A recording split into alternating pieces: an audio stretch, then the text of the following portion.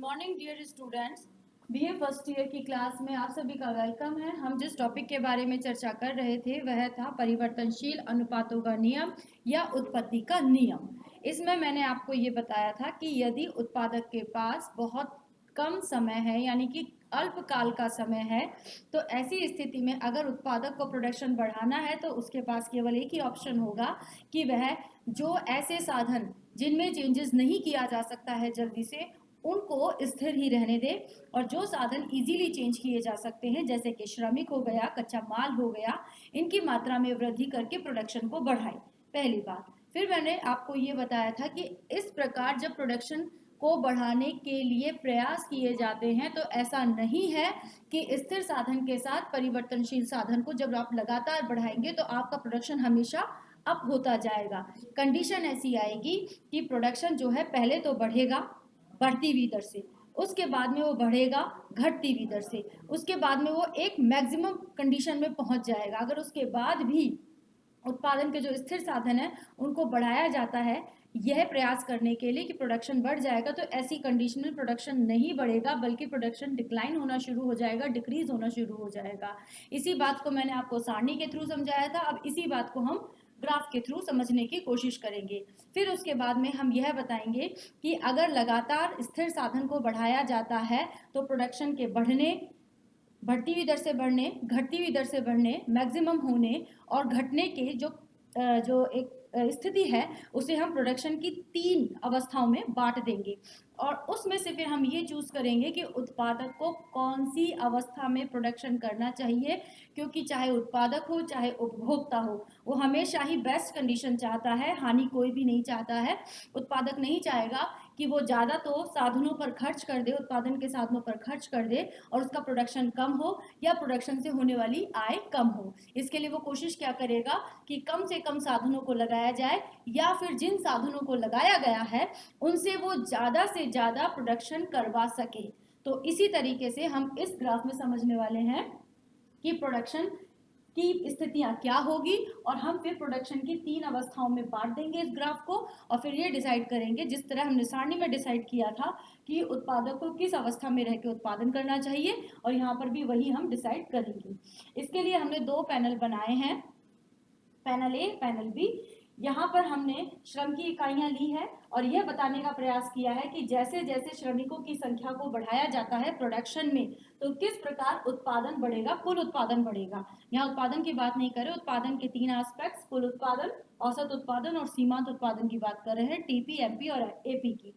तो यहाँ पर ऊपर वाले पैनल में हम ये शो करेंगे कि किस प्रकार जब एक उत्पादक अपने किसी भी स्थिर साधन के साथ, कोई भी स्थिर साधन हो सकता है, वो पूंजी हो सकती है, तकनीक हो सकती है, भूमि हो सकती है, तो किसी भी स्थिर साधन के साथ जब परिवर्तनशील साधन, हमने यहाँ पर श्रम की इकाइयां ले ली है, परिवर्तनशील साधन कच्चा माल भी हो सकता है और अदर साधन भी हो सकते हैं, तो यहाँ पर हमने श्रम को एक परिवर्तनशील साधन मानते हुए एक्स अक्ष पर ले लिया है, जो क्या शो कर रहा है कि जैसे जैसे श्रमिकों की इकाइयों को बढ़ाया जाएगा टोटल प्रोडक्शन बढ़ेगा, मैक्सिमम होगा, उसके बाद गिरना शुरू हो जाएगा। मैंने आपको पहले भी बताया है कि अगर अल्पकाल है और जरूरी नहीं है कि बहुत ज्यादा साधन लगाएंगे तो प्रोडक्शन इस तरीके से बढ़ेगा, ऐसा नहीं होगा। प्रोडक्शन पहले बढ़ती हुई दर से बढ़ेगा, यहाँ पे जहाँ ये ग्राफ बैंड खा रहा है, उसके बाद में ये घटती हुई दर से बढ़ेगा, उसके बाद में एक कंडीशन ये आ जाएगी कि अगर श्रमिक OL1 लगाए जा चुके हैं तो मैक्सिमम टोटल प्रोडक्शन हो गया है, और उसके बाद भी अगर श्रमिकों की संख्या या इकाइयां बढ़ाई जाएगी तो OL1 श्रमिकों की मात्रा के बाद टोटल प्रोडक्शन कम होना शुरू हो जाएगा।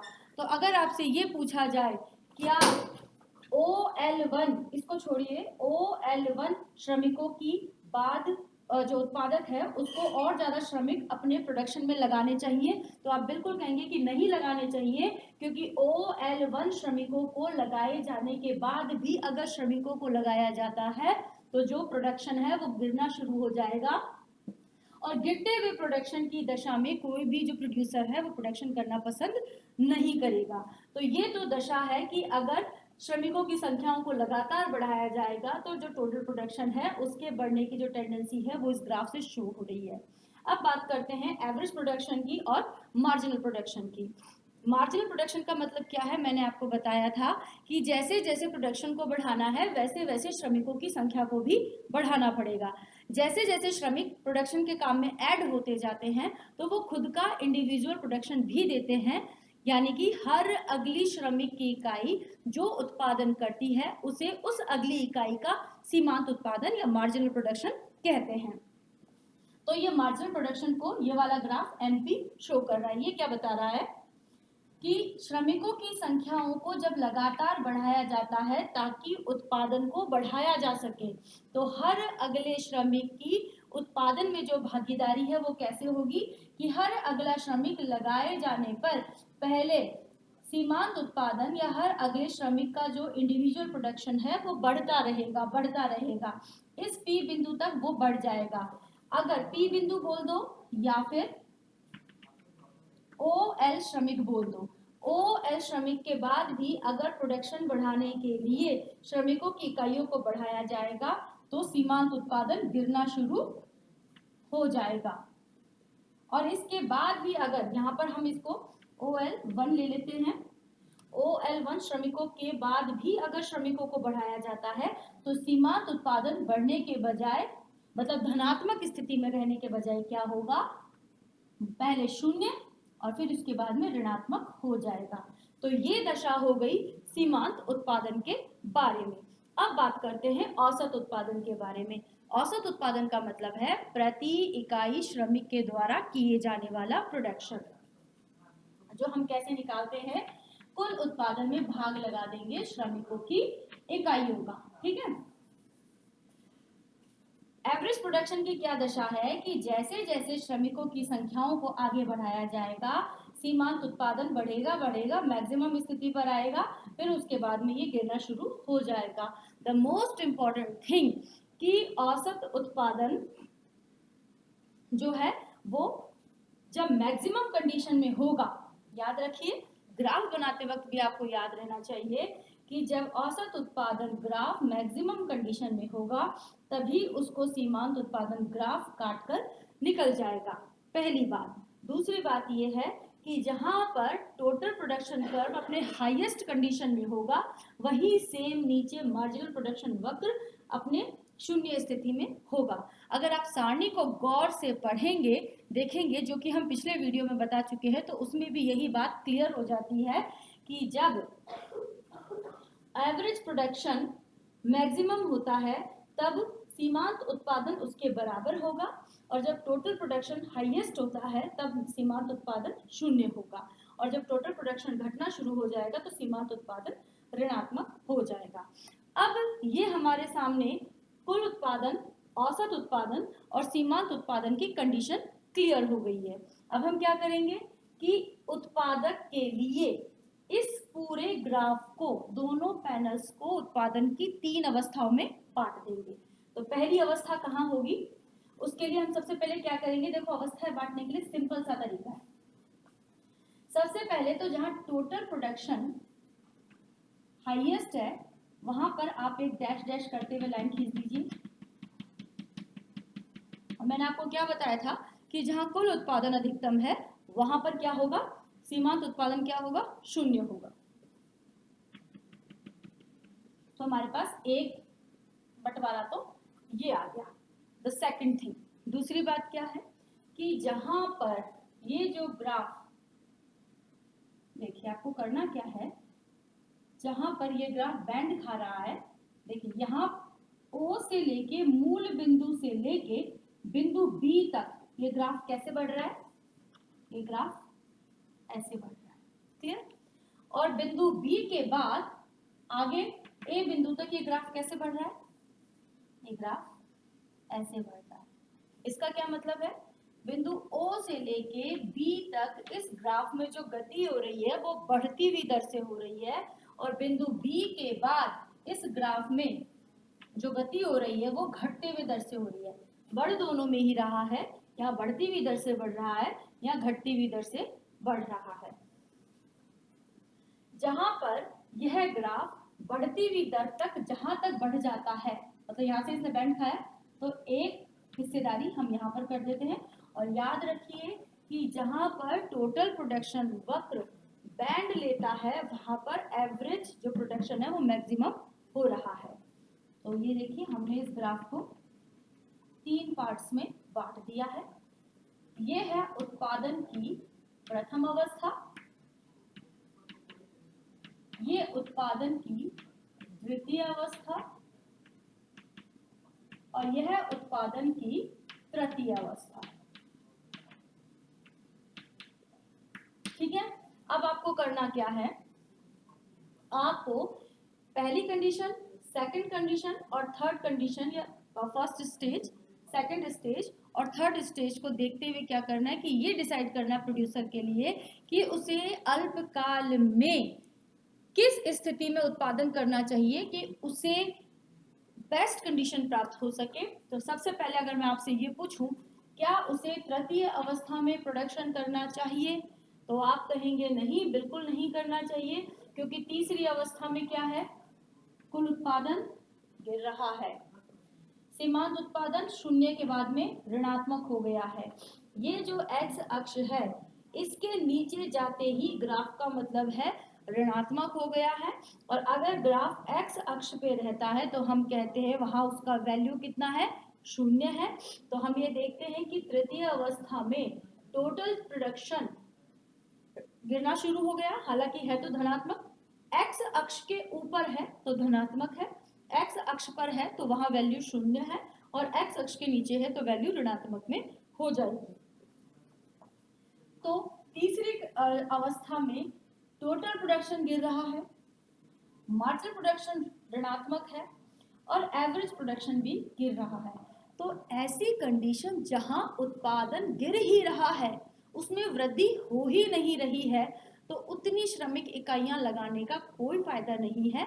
इसका मतलब उत्पादक श्रमिकों की, इस बिंदु को अगर OL मान लेते हैं तो इसका मतलब उत्पादक श्रमिकों की OL मात्रा से ज्यादा मात्रा नहीं लगाएगा। वो कोशिश करेगा कि एक बार में निश्चित उत्पादन के लिए श्रमिकों की OL मात्रा को ही लगाया जाए। क्लियर? अब बात करते हैं पहली कंडीशन की, प्रथम अवस्था। प्रथम अवस्था वेरी गुडी गुडी अवस्था है। क्यों?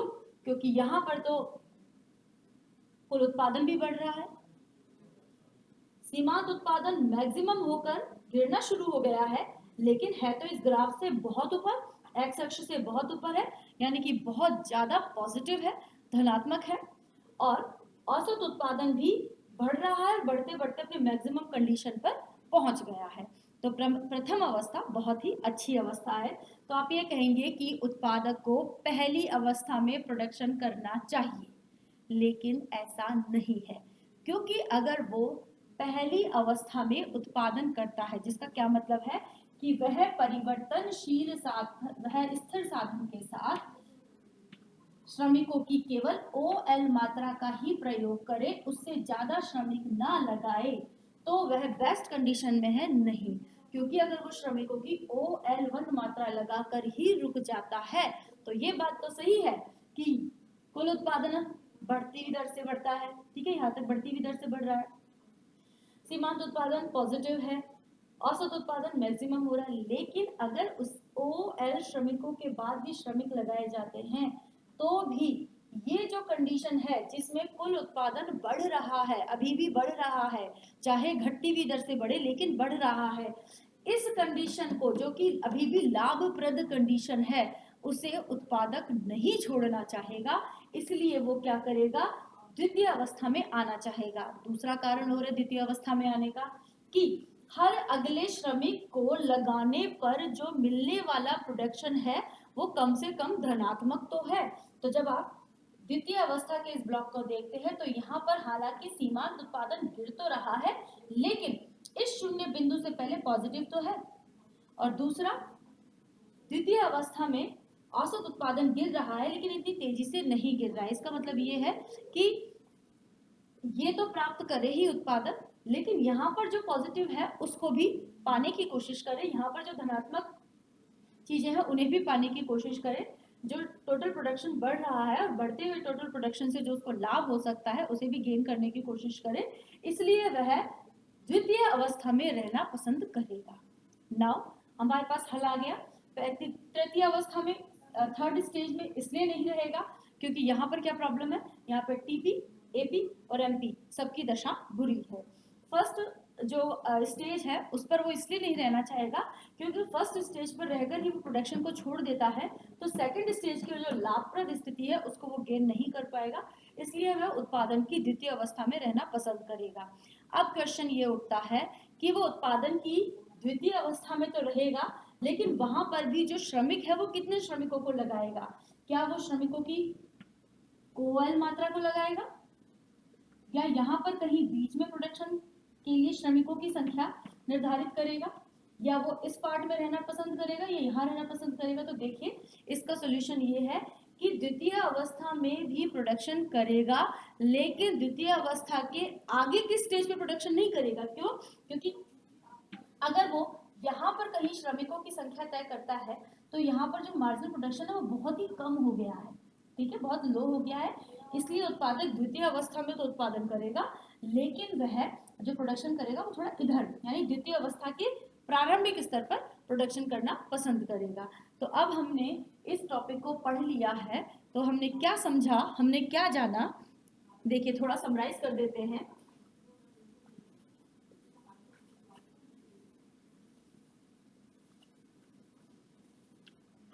इस टॉपिक में हमने क्या पढ़ा? देखिए पहली कंडीशन, उत्पादन करना है तो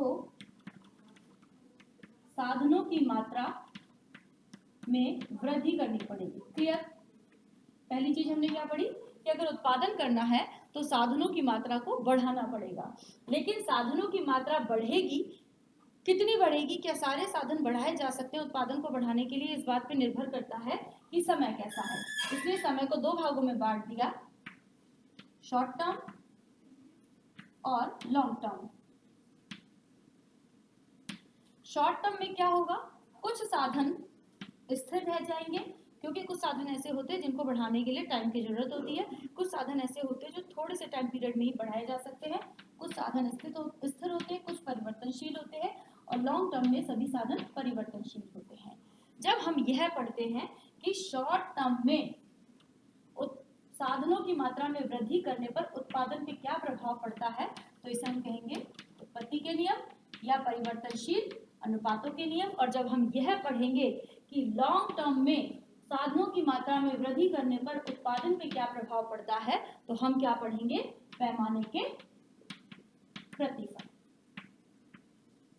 क्लियर? अब पैमाने के प्रतिफल पढ़ने से पहले हमको समोत्पाद वक्रों के बारे में भी पढ़ना पड़ेगा। क्यों? क्योंकि पैमाने के प्रतिफलों को समझाने के लिए समोत्पाद वक्रों का ही प्रयोग किया जाता है। तो नेक्स्ट वीडियो में हम पढ़ेंगे समोत्पाद वक्र और समलागत रेखाएं। समोत्पाद वक्र और समलागत रेखाएं लगभग उदासीनता वक्रों की तरह ही है। उदासीनता वक्रों का प्रयोग हम उपभोक्ता के विश्लेषण में करते हैं, जबकि समोत्पाद वक्रों का प्रयोग हम उत्पादक के संदर्भ में करते हैं। तो आज हमारा टॉपिक खत्म हो गया। नेक्स्ट टॉपिक में हम समोत्पाद वक्रों की बात करेंगे।